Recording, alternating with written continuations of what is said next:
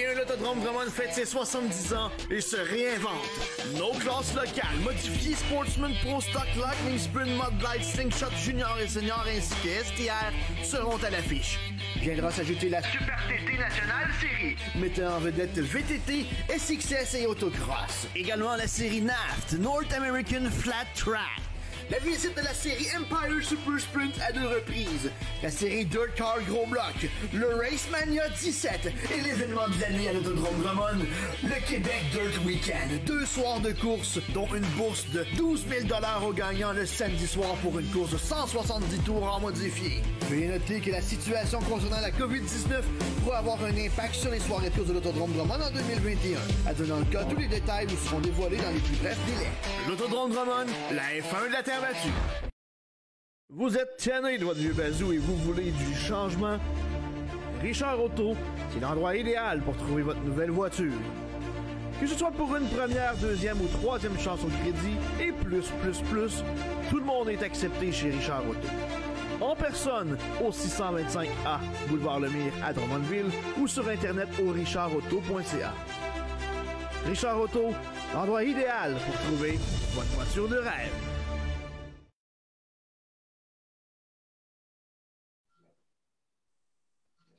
Merci à nos généreux partenaires des gars de course et de l'émission. Si ça vous tente d'embarquer dans notre beau projet, on vous invite à communiquer avec notre ami Kevin Lusignan, juste à gauche dans l'écran. C'est lui, dans le bord. Comme ça. Ouais, c'est ça. Lui. Lui, il est disponible pour prendre vos demandes. Bon, sans plus tarder, on va jaser IndyCar. C'était le Grand Prix de Saint-Pétersbourg en fin de semaine dans les rues. Tout près de Tampa Bay, un superbe endroit, tout près de l'aéroport de Saint-Pétersbourg. Pour en jaser, Cédric Blondin est avec nous. Salut Cédric, comment ça va? Salut Anthony, ça va super bien, toi? Oui, très bien. Merci d'être avec nous, de nous jaser de ça, parce qu'en fin de semaine, c'était la 2e épreuve. On en a parlé justement la semaine passée, que c'était dès le départ de la saison un moment fort du championnat IndyCar, parce que ça commence d'aplomb. À l'Alabama la semaine passée, hier à Saint-Pétersbourg, et on s'en va au Texas pour un programme double en fin de semaine. Donc, tu as 4 courses en 3 semaines pour ouvrir la saison en IndyCar. Et justement, en fin de semaine, moi, j'aime beaucoup ce circuit à Saint-Pétersbourg, une épreuve de 100 tours, tout près de l'eau. C'est vraiment un superbe endroit. Quel fond de paysage là, quand on regarde la course, c'est incroyable avec l'eau et tout ça. C'est vraiment un des plus beaux circuits, là, un circuit de ville, là, un peu comme Long Beach qu'on connaît bien là, depuis des années. Ouais. Mais quelle course qu'on a eu droit hier. Là, c'est certain que quand c'est le pilote qui remporte la pole, comme ça a été le cas pour Colton Herta, des fois, ça peut mitiger les résultats, mais c'est honnêtement là, des dépassements de bout en bout.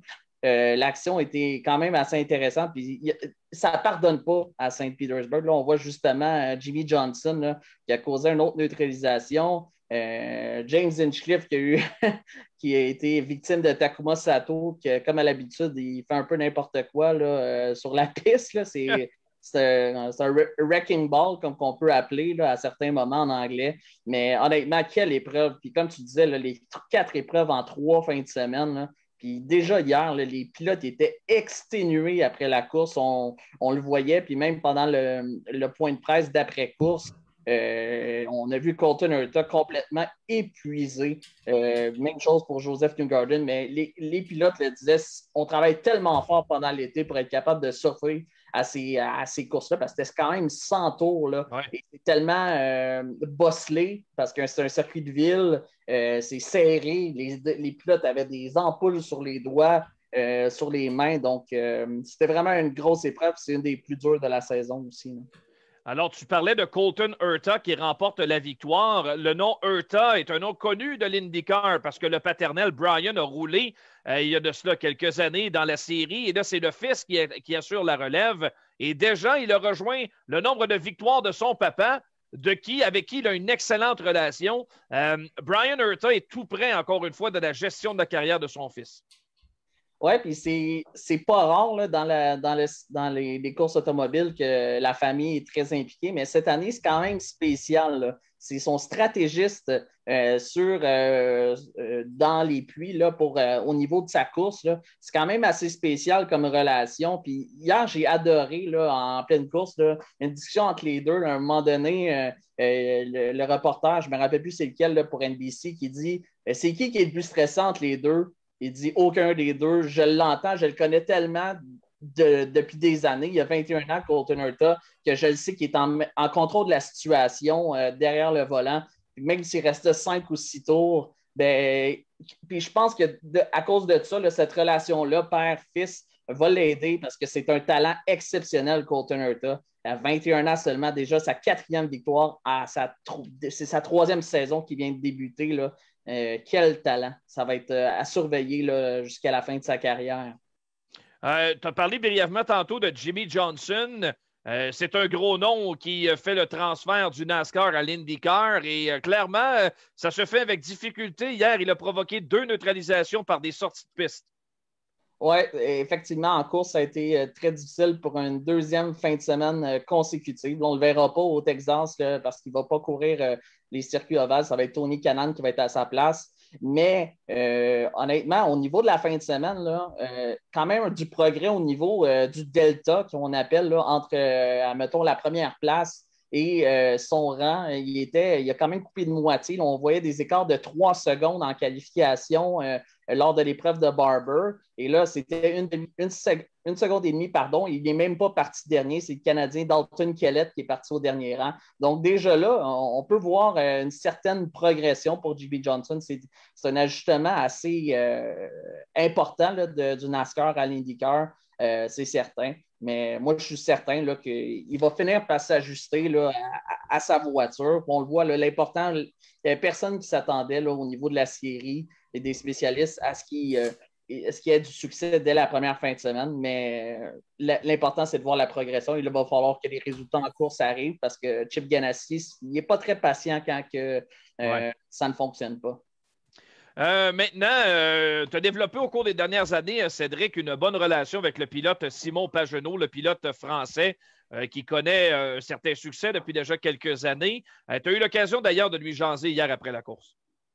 Oui, c'est certain. Écoute, moi puis Simon, on se connaît, là, comme tu disais, et on a souvent la chance, lorsqu'il fait partie du podium, de poser des questions avec lui lors de l'entrevue d'après-course organisée par la série IndyCar. Certains, c'est plus facile quand on est sur place et c'est moins problématique pour pouvoir lui jaser. Mais hier, après la course, il avait terminé au 3e rang de l'épreuve. C'est quand même un très bon résultat après la fin de semaine difficile la semaine dernière à Barber. Mais quand même très content. Là, on va pouvoir écouter ses commentaires, justement, là, qui ont été recueillis hier après la course. Alors, écoutez ça, justement. Non, c'était un bon week-end avec une belle performance du team en général. Sur le package, on dit les bons. Et ça nous permet d'avoir beaucoup de potentiel pour le championnat complet. Donc, globalement, très content du week-end. Les qualifs, c'était pas mal. C'était vraiment, la voiture était vraiment bien à conduire. Et puis en course, on a donné tout ce qu'on avait. Donc, globalement, satisfait. On avait une bonne voiture sur les longs relais. Très, très bonne sur les longs relais, mais ce n'était pas suffisant à la fin pour revenir. Et je pense qu'on avait quelque chose parce qu'on était très performant sur les freins dans le turn 1. Mais le problème, la piste est trop glissante à l'intérieur, donc même si je freinais plus tard, je ne pouvais pas trouver de place pour passer. Donc, je pense que si on avait pu le faire, on avait la performance pour rester aux avant-postes. Mais malheureusement, c'était pas le cas. Les pneus, c'est pas les pneus, en fait, c'est la piste. C'est le design de la piste qui est comme ça. Merci beaucoup, Simon. Merci. Voilà, c'était les propos de Simon Pagenaud. Merci, Cédric, pour le partage de justement cette disponibilité médiatique du jeune pilote. Maintenant, la semaine prochaine, 2 épreuves, samedi et dimanche au Texas. Ça va rouler vite parce qu'on s'en va sur Oval pour la première fois de l'année. Et là, ça va être une course extrêmement intéressante à suivre. Là, on va voir les gros canons. Là. On sait que la série IndyCar, c'est des pilotes qui ont grandi surtout en courant sur les circuits ovales. Le Texas, c'est toujours assez impressionnant quand l'IndyCar va là. C'est très rapide. On le sait, là, on voit justement l'image des highlights de la saison dernière, la course en début de saison. Et là, on va voir justement, on voit Scott Dixon qui avait remporté la course. Est-ce que Scott Dixon va être capable de signer sa première victoire de la saison? Ça va être à suivre. Mais 2 courses comme ça, c'est très important au championnat des pilotes déjà aussitôt dans la saison parce que c'est double point, là, il faut le dire. Tu as 2 épreuves en l'espace de 24 heures et ça ne pardonne pas dans l'IndyCar quand tu ne termines pas l'épreuve ou que tu termines en fond de classement, ça peut être problématique pour le reste de la saison parce que les courses arrivent semaine après semaine. Et là, déjà, là, ça va être important pour tous les pilotes, là, les vétérans, de prendre du momentum parce qu'après les 2 épreuves au Texas, c'est direction Indianapolis pour l'épreuve sur circuit routier. Ensuite, l'Indianapolis 500 qui va avoir lieu le 30 mai prochain. Donc, c'est très important. Puis pour c'est le peu d'épreuves qu'il y a sur circuit ovale, le momentum et surtout les réglages que les équipes vont pouvoir trouver sur leur monoplace pour pouvoir préparer le terrain pour Indianapolis, ça va être extrêmement important. Puis surtout là, ça va être voir qui va remporter les 2 courses ce week-end. Est-ce que ce sera Scott Dixon, Joseph Newgarden qui a quand même remporté beaucoup de courses au Texas dans les dernières années? Ça va être intéressant. Est-ce que Colton Herta va pouvoir arriver dans le portrait encore une fois pour une 2e fin de semaine de suite? Ça va être à suivre. Ça va être intéressant. La course numéro 1 va avoir lieu samedi après-midi, la 2e dimanche soir. Indianapolis qui a annoncé d'avoir vendu déjà 140 000 billets pour le Indy 500. Ça risque, messieurs, d'être le plus gros événement collectif sportif depuis le début de la pandémie. Là. Aux États-Unis, ça repart de plus belle. On peut recevoir presque 500 000 personnes en temps normal. Là, il y en aura 140 000, mais c'est du monde pareil, pas à peu près. Là. C'est assez impressionnant. Puis il faut que je souligne, là, je sais que c'est tellement gros l'Indianapolis Motor Speedway.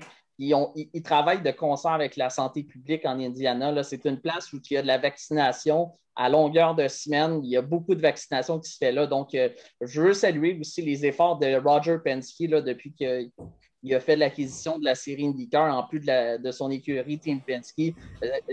L'effort qu'il fait d'aller chercher ça, de pouvoir permettre à 40 % de capacité d'être dans les estrades là-bas en Indiana, c'est ça. Parce que l'année dernière, là, quand on écoutait la course, c'est pas pareil. C'est vraiment spécial. Là, puis on le voit déjà cette année, même les courses de NASCAR, tu en parlais, Kevin, là, c'est important. Là, puis les fans, ça crée un autre spectacle. C'est impressionnant. Puis surtout Indianapolis, j'ai eu la chance d'y aller à 2 occasions. Là. C'est assez... Tu te fais lever à 5 heures le matin là, quand il y a une cloche là, qui réveille tout le monde parce que c'est tellement petit, Speedway Indiana que après ça, tu te lèves à 6 heures, ça te prend 4 heures de te rendre à ton siège quand la course est à midi. Donc, ça va être intéressant à suivre ça dans environ 1 mois. Incroyable. C'est, en tout cas, bonne chance. À Talladega, c'était presque plein aussi en fin de semaine pour la course de la COP. Il y avait beaucoup, beaucoup de monde à Talladega. Donc, ça repart. Ça repart de plus belle. On se croise les doigts qu'on ait ça bientôt chez nous. Vraiment. Certains, c'est un autre monde de l'autre côté, mais ça me donne de l'espoir. J'avais une question en terminant, Cédric, que je me posais. Là, cette fin de semaine, on s'en va sur l'ovale. On sait que Jimmy Johnson est habitué sur l'ovale. Et là, on sait qu'il ne court pas en ovale, justement, à côté des IndyCar. Comment vois-tu ça qu'un pilote qui a couru toute sa vie en ovale, là, a décidé qu'on y va pas? Trop risqué. Il est rendu à un âge quand même avancé, Jimmy Johnson, 7e champion de la série NASCAR, comme tout le monde sait. Il ne veut pas aller risquer de courir sur un circuit aussi rapide où il y a des technicalités, là, c'est de la précision pour être capable de ne pas te ramasser dans le mur, que ce soit un contact avec un autre pilote. On le sait, même Romain Grosjean, c'est un peu la même chose. Il y a eu une frousse l'année dernière, une grosse frousse, je devrais dire, à Bahreïn. C'est la même chose. Il y a certains pilotes là, qui font la transition qui ne sont pas habitués de courir autant de risques que ça parce que ça prend... Tu sais, les 2 pneus qui se connectent, là, tu peux te ramasser dans les barrières là, de sécurité, la clôture, là, je pourrais dire. C'est arrivé à quelques occasions. On l'a déjà vu au Texas. Donc, ce n'est pas tous les pilotes qui ont peur de faire ça. Mais est-ce que Jimmy Johnson, un jour, il a ouvert la porte à peut-être courir le Indy 500 dans la prochaine année? Probablement pas cette année parce que c'est le volant de Tony Kanaan. Mais il n'a pas fermé la porte pour l'année prochaine, peut-être. OK, excellent. Ben, rendez-vous la semaine prochaine, Cédric, parce qu'on va avoir 2 courses à analyser. Ça se passe au Texas en fin de semaine pour l'IndyCar. Merci encore à toi. Merci beaucoup, Anthony. Merci, Kevin. Merci à toi. Alors, on fait une autre pause et pour la conclusion, notre segment de clôture, comme d'habitude, nos résultats sur la terre battue. Si on tasse Bristol, il y en avait quand même ailleurs sur les pistes un petit peu plus locales, dans l'État de New York et en Pennsylvanie notamment. On fait notre petit survol au retour alors que Tommy se joint à nous.